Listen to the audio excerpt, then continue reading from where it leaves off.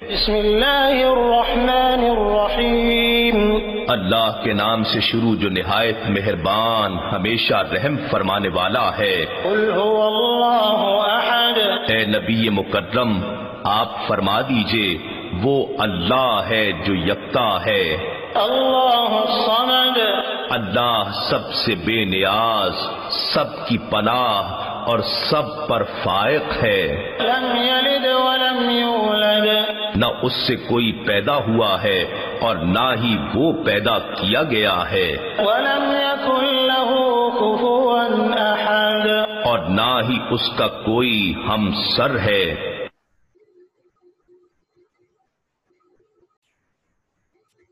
Bismillahirrahmanirrahim. Assalamu alaikum to all of you.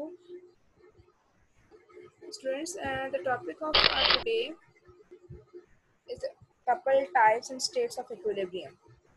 Unit number 4, 9th class physics.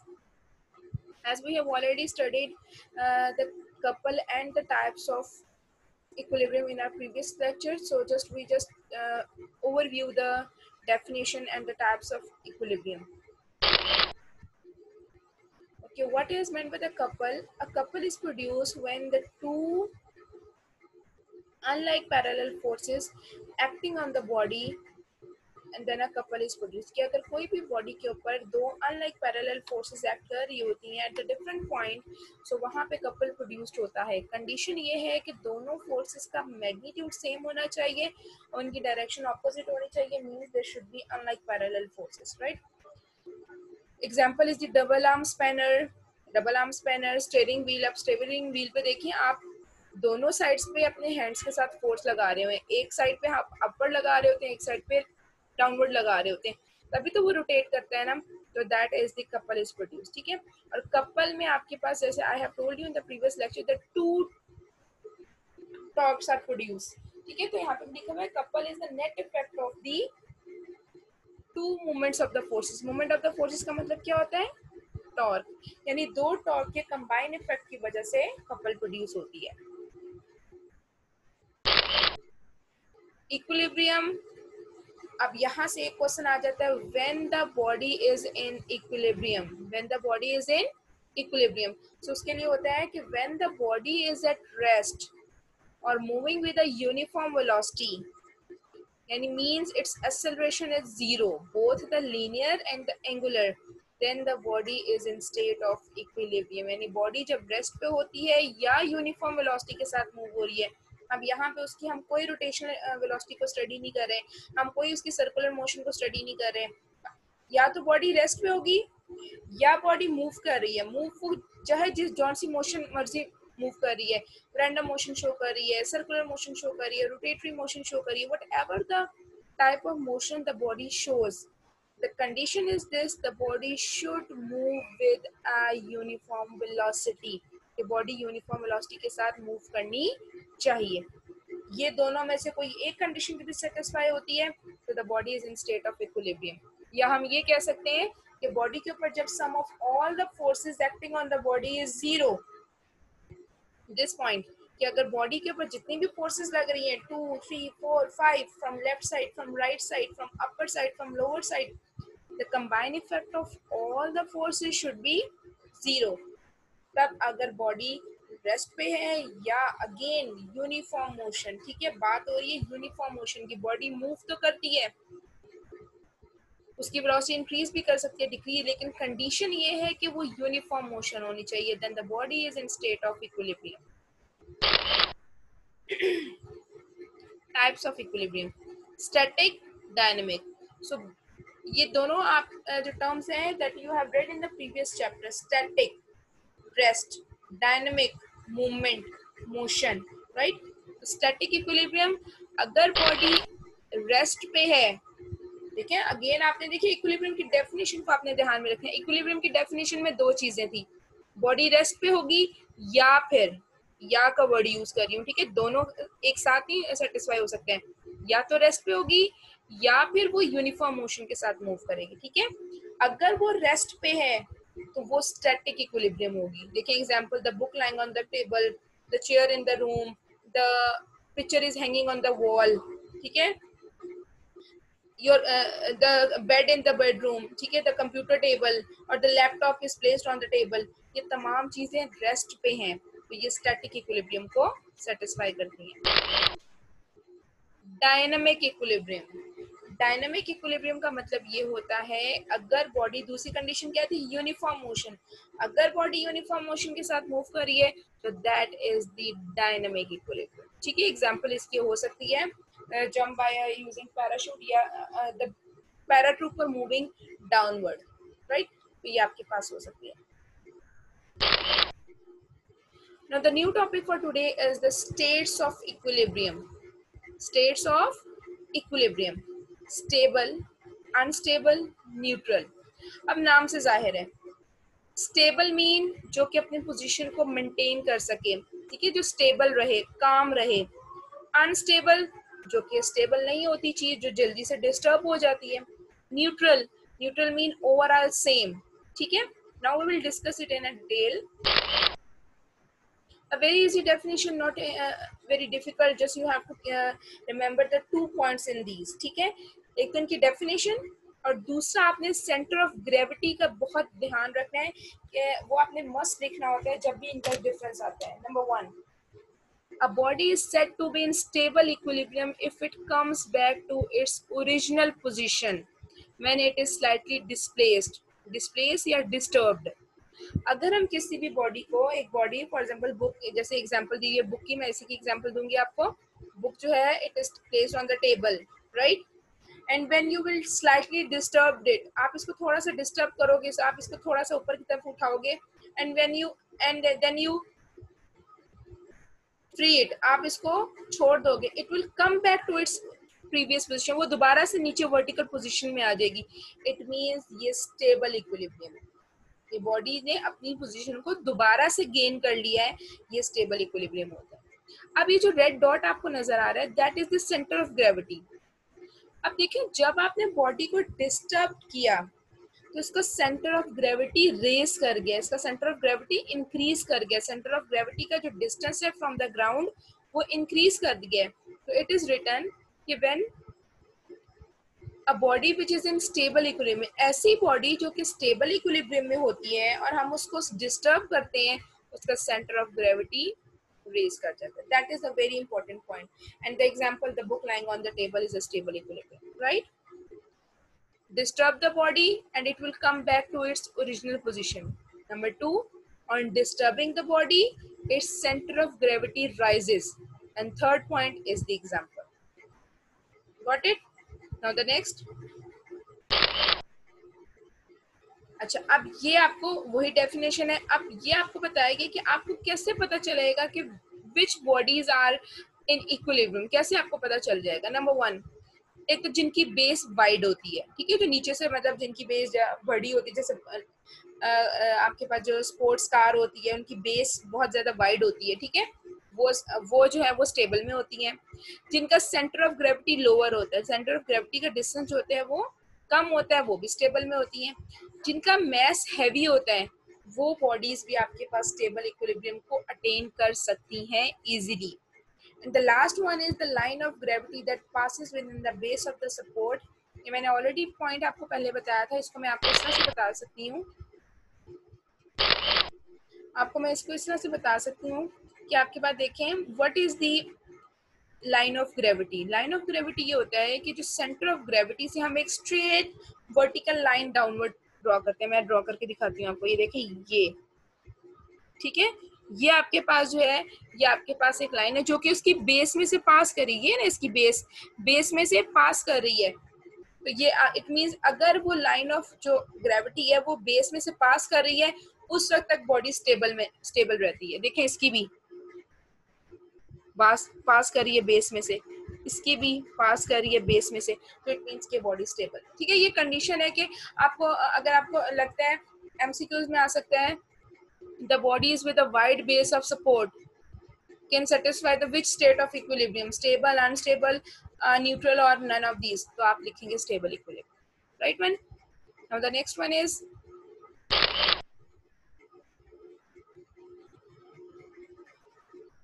unstable equilibrium, ठीक है, it is opposite to the stable. On disturbing the body, if the body does not come back to its original position, अगर body अपनी original position पे वापस नहीं आ रही तो it means कि वो अनस्टेबल इक्विलिब्रियम में है. ठीक है, एग्जांपल अ वर्टिकल पेंसिल. ठीक है, वर्टिकल को आपने पेंसिल को वर्टिकली स्टैंड किया, when you will disturb it, देखिए जब आप इसको डिस्टर्ब करेंगे तो ये दिखने से लग रहा है कि it will not come back, और ये वापस अपनी पोजीशन पे नहीं आएगी बल्कि इट विल ले डाउन, ये गिर जाएगी नीचे, अपनी पोजीशन को परमानेंटली चेंज कर लेगी. तो ये अनस्टेबल इक्विलिब्रियम यानी स्टेबल नहीं रही. अब देखें यहाँ पे इसकी बेस वाइड नहीं है, नैरो है ना, तो इट मीन्स कि ये बहुत जल्दी अनस्टेबल हो जाएगी. ठीक है, अब second point, centre of gravity.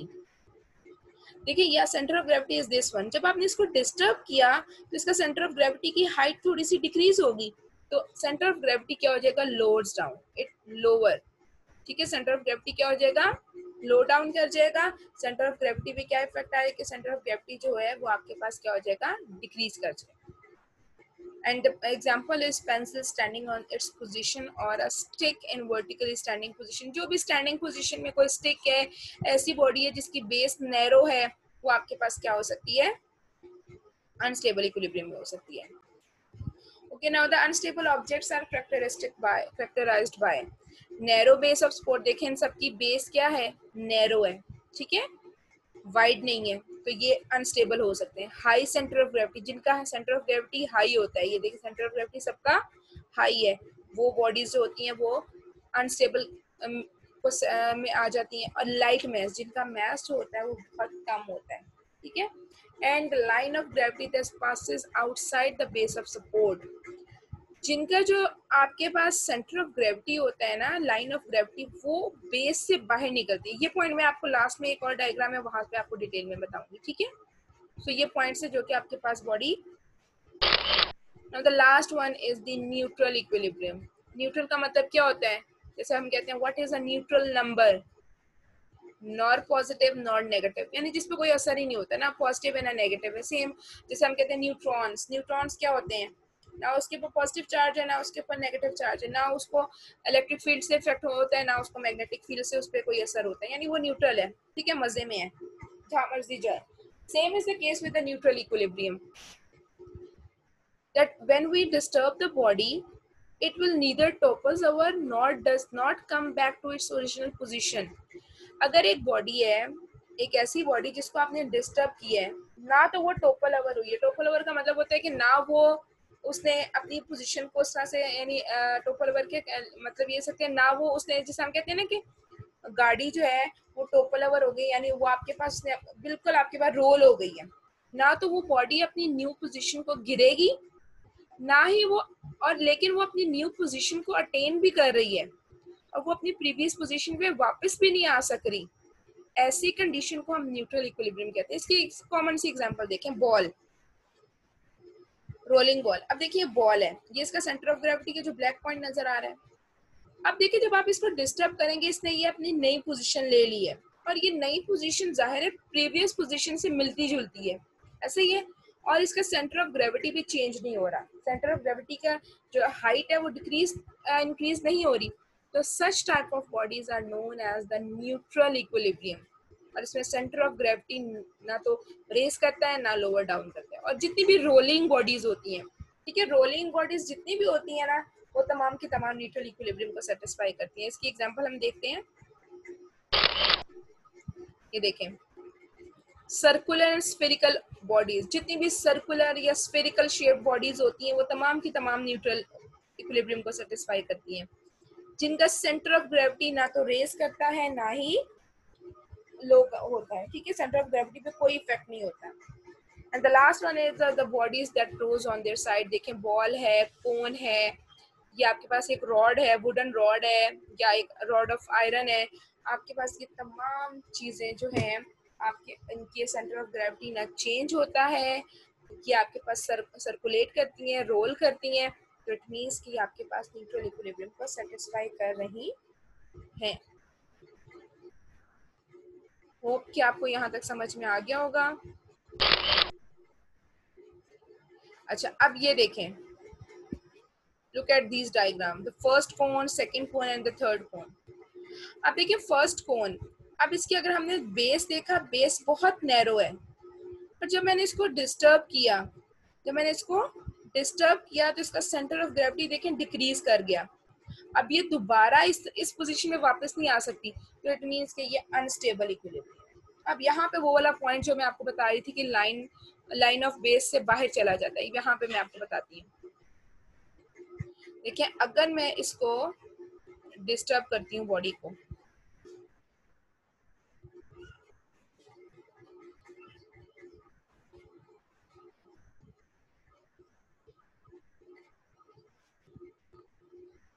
इसको हमने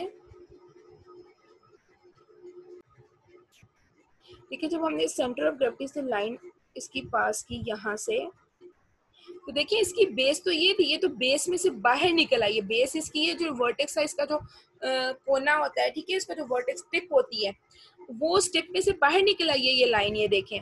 इट मींस के बॉडी जब line of gravity is passes does not passes through the base, तो वो अनस्टेबल कहलाती है, ठीक है। सेकंड में देखें, सेकंड में आपने इसकी वाइड बेस है, ठीक है, आप उन कंडीशंस को भी याद रखिए, बेस वाइड है, सेंटर ऑफ ग्रेविटी लोअर है, तो ये इट मींस कि ये स्टेबल हो गया। अब देखें जब आपने इसको डिस्टर्ब किया, सेंटर ऑफ ग्रेविटी इंक्रीज कर गया, रेस कर गया। अब रेस करने के बाद भी जब हम इसको लाइन ड्रॉ करेंगे तो देखें ये इसकी बेस में से पास कर रही है, बेस ये है, इट मींस कि still the body is in stable equilibrium, body जो है वो स्टेबल इक्विलिब्रियम में। और थर्ड तो न्यूट्रल है, देखिए आपने रोल किया, वो दोबारा से जब रोल ओवर हुई उसने न्यू पोजीशन अटेन की, सेंटर ऑफ ग्रेविटी में कोई चेंज नहीं आया, सेंटर ऑफ ग्रेविटी कांस्टेंट रहा, तो इट मींस कि आपके पास बॉडी जो है वो न्यूट्रल इक्विलिब्रियम में है। So this is all about the today's lecture. So we have studied the couple, types of equilibrium and the states of equilibrium. Okay, there are 2 types of equilibrium and 3 states of equilibrium. Hope you understand the topic. Now if you have any question, kindly do ask me so that your queries will be resolved. Okay students, page number 104 of your physics book. Physics की book में आपके पास page number 104 पे ये exercise है, और इस exercise में जो क्वेश्चंस है related to the couple, stable and unstable equilibrium, उससे रिलेटेड है। नंबर 1 इज 4.2, जो 4.2 आपके पास ये क्वेश्चन है, इसमें हम सबसे पहले ये देखेंगे, ये आपके पास, इसमें आप लिखेंगे, बल्कि ये तो क्वेश्चन आपके ये ऑलरेडी आपके पास प्रीवियस वन से है, ठीक है, ये आपका ऑलरेडी हो चुका है। 4.3 we have done the question number 2, 4.2 हमने कर चुके हैं। 4.3 part 2 and 3, torque and couple, differentiate between the torque and couple, ठीक है। अब डिफरेंशिएट हम कैसे करते हैं, first of all we will make the column, ठीक है, अकॉर्डिंग टू पेपर पैटर्न, जो आपका बोर्ड का पेपर आता है उसके जो अकॉर्डिंगली आप you have to make the columns. In the first column you will write the torque, or in the second column you will write the couple. Now what is the definition? First of all, आप first point आप इन दोनों की definition लिखेंगी, the definition of the torque, the definition of the couple, right? Second point में torque is produced by the single force, ठीक है, single force की वजह से torque produce हो जाती है, but the couple is produced by the combined effect of 2 forces, ठीक है, 2 फोर्सेस के कंबाइंड इफेक्ट की वजह से, जो कि इक्वल इन मैग्नीट्यूड होती हैं बट ऑपोजिट इन डायरेक्शन होती हैं, उनकी वजह से आपके पास क्या प्रोड्यूस होता है, कपल प्रोड्यूस होता है, ठीक है। And the third point is their example, torque की एग्जांपल आप लिख सकते हैं स्पैनर, और कपल में आप लिख सकते हैं डबल आर्म स्पैनर, और अगर आप उनकी डायग्राम छोटी सी बना दें तो that well and good, right. Now the third point, third part, stable and neutral equilibrium. So how do we differentiate them? You will make the column stable and neutral equilibrium. In first point you will write down the definition.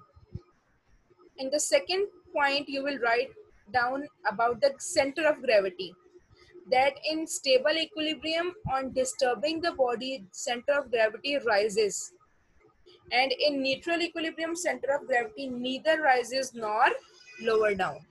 ठीक. And in the third point you will write down the example. अब जैसे कि हम कहते हैं ना, pictures speak more than the words. कि अगर एक आपको तस्वीर बनी हुई आए और आप उसको देखें तो वो ज़्यादा आप पे इफेक्ट क्रिएट करेगी as compare to the words.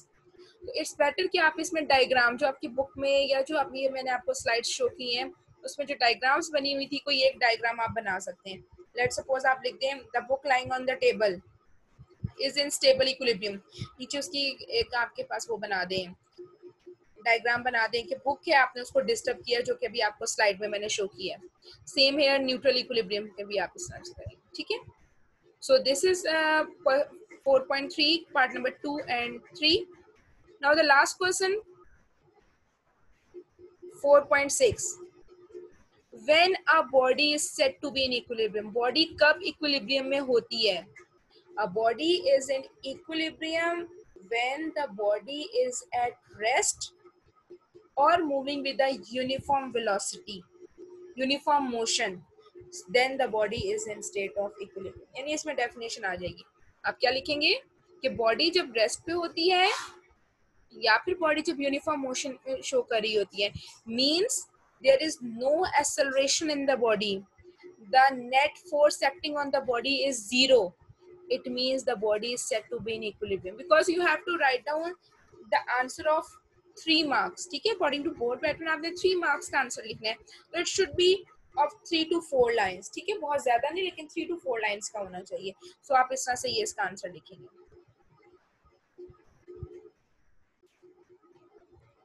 Okay, thank you so much for all of you. Have a nice day. Allah Hafiz to all of you.